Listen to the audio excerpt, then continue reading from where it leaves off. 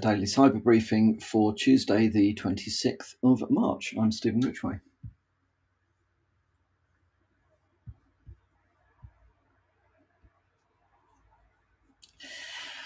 So,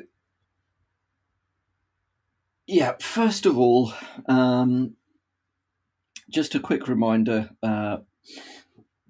Apple has released a bunch of patches today. They've been holding off, I think, on some of these patches until they could manage to patch Mac OS, iOS, iPad OS, and various other, whatever it is. So if you're running Apple stuff, some long-awaited patches are now out.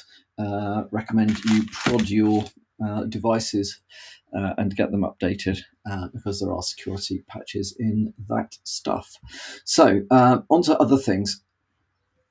You may well have seen, because it is in the mainstream news as well as the cyber and tech news at the moment. Yesterday, there was an announcement from both the UK and US authorities that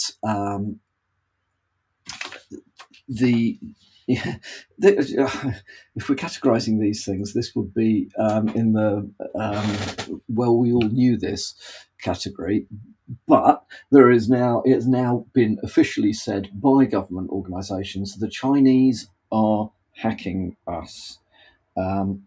Chinese, of course, say poppycock, load of rubbish, totally unfounded. They don't say poppycock because Chinese people that I know, at least, wouldn't naturally go to that sort of language. But there we are. Chinese claim it's all rubbish, all made up, all propaganda. I think that their statement that it's all propaganda is propaganda, but there we are. So we now know that the Chinese Ministry of State Security, which interestingly is based in Wuhan. We've heard of Wuhan, haven't we? Has been involved in attacks against government officials, government agencies. In the UK, Oliver Dowden has yesterday gave a statement to the House of Commons talking about the fact that this particular Chinese group and an previously unknown Chinese APT have been responsible for attacks against politicians' email systems. They've basically been targeting politicians who are critical of China and Chinese policies. Now, we all know this stuff goes on, right? If you're working in cyber, it would be surprising if you hadn't come across at least some indications that the Chinese APTs are at least curious about your information. Now, interestingly, in one of the major newspapers, UK newspaper websites that I was reading about this last night, the comments were very interesting, and basically they were either along the lines of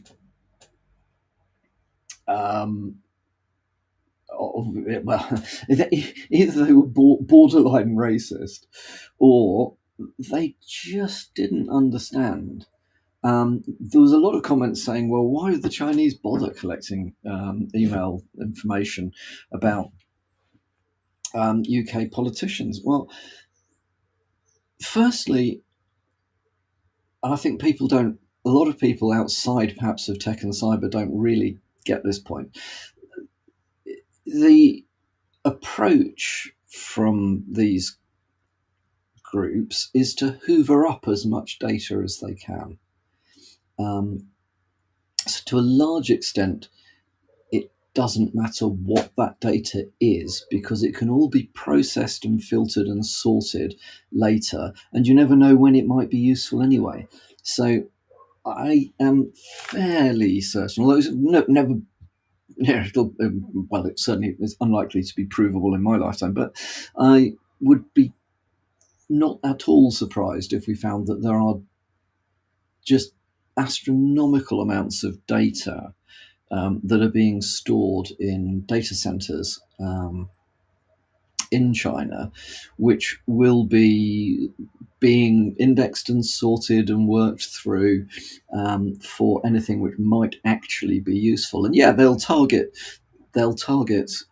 key people specifically because they actually know they want information about them. But I'm fairly certain that almost anything which passes through a data center in China, which includes, by the way, most of your CCTV, is certainly all these these things, your CCTV systems that you get off, home security systems you get off Amazon or whatever. If you look at where the data goes, it's very interesting.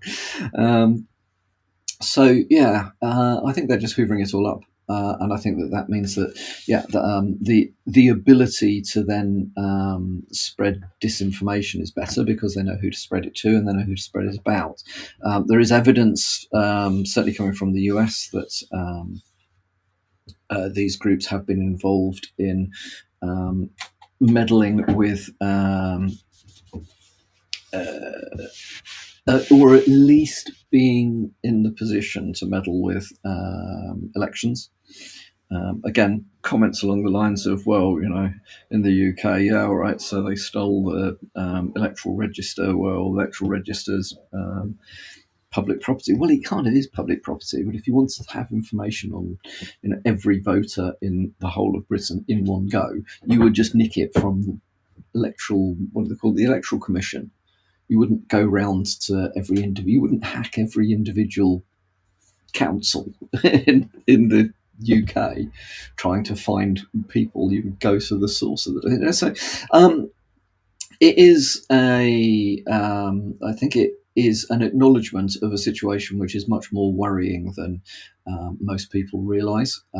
Very clear from the comments, as I say, most people in the UK don't get it and don't really understand the potential dangers to Western democracy. I suspect at the moment we've got a lot of people in the UK who honestly don't care about Western democracy anyway.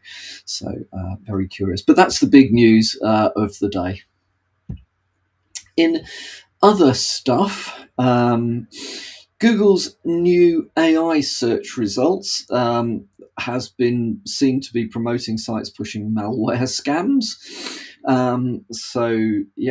Google's new AI-powered search generative experience algorithms have been caught redirecting, promoting sites that via a series of redirects are encouraging users to install dodgy Chrome extensions, fake iPhone gateways, browser spam subscriptions, tech support scams, and the rest of it. So if you are using Google, I don't know how I don't know whether you have to specifically go and look for this stuff. But it's Google's search generative experience. Okay, well, if you are using that, just be aware that it don't seem to have quite got the now what do they call it, ring fencing or whatever it is, guidelines, gate things. There are, yes, whatever it is that you do with AI to tell it, please don't do nasty stuff. I haven't quite got that right yet, so be aware of that. Excuse me.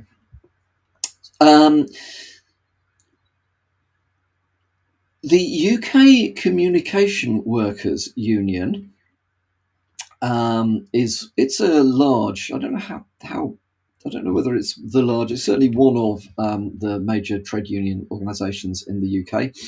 It's got hundreds of thousands of employees as members, including many in sort of tech and telecoms.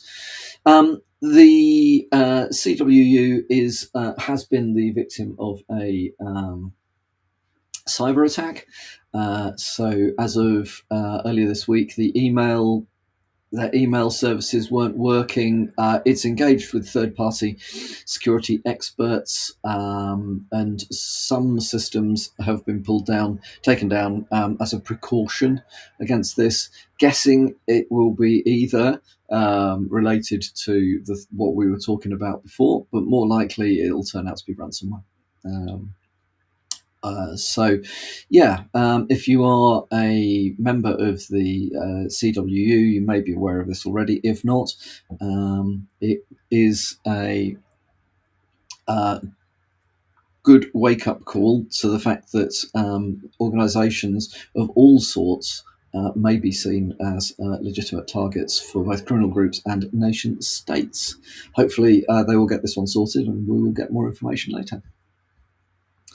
And talking about more information later, there's an interesting article on the Register. I'm not going to go through the details of it at the moment. However, it does do a good retrospective with links out to other information around what actually happened at the British Library, and why their particular ransomware attack last October was so disruptive for them.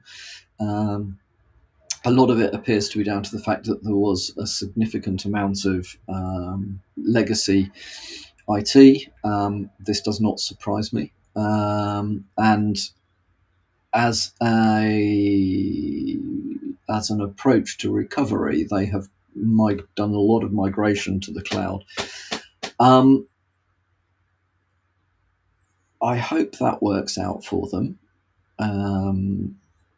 I suspect, again, just opinion, that moving to the cloud is broadly neutral from a security perspective. I personally think it's actually easier to secure stuff if it's your own and it's on-prem. And I know I've had some very interesting discussions over the years with some quite well-known people in cyber around what is the best approach. I think if it's on-prem and you don't look after it yourself, then yes, that is going to be an issue. If you've got a lot of legacy debt and you're not on top of your patching, you haven't done your architecture right, you've not got your security tooling in place and your visibility and all the rest of it, then yeah, that means yes, you are particularly at risk. You could argue, I just can't. I just don't have the time, effort, or knowledge to be able to do all that stuff. I'll just put it in the cloud. Well, all you're doing there is you're just assuming that somebody else is doing that stuff and doing that stuff well. And there is a lot of evidence that isn't the case. Over the years, there have been many instances where the underlying cloud platform has had the vulnerability and nothing to do with the stuff. The virtual, the virtual servers or the SaaS services or whatever. This is you are then at risk of misconfiguration or vulnerabilities at a level that you cannot do absolutely nothing about, and you're 100% dependent on your cloud provider doing these things well. And we know that whilst they do a decent job, they don't do a brilliant job. So I hope, though, that the British Library understands that they have to be as proactive looking after the stuff they've moved into the cloud, and put as much effort into looking after the security of that stuff as they should have done with their legacy systems, and hopefully they'll avoid this stuff again in the future. That is plenty from me for a Tuesday morning.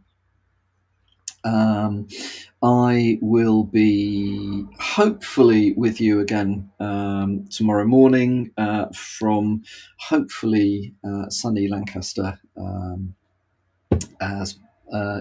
going up to B-Sides, so shout out for the guys at B-Sides in Lancaster. It is going to be a super do. Looking forward to seeing everybody there, and yeah, do come along if you can. So good. Right, that's enough. I'm off.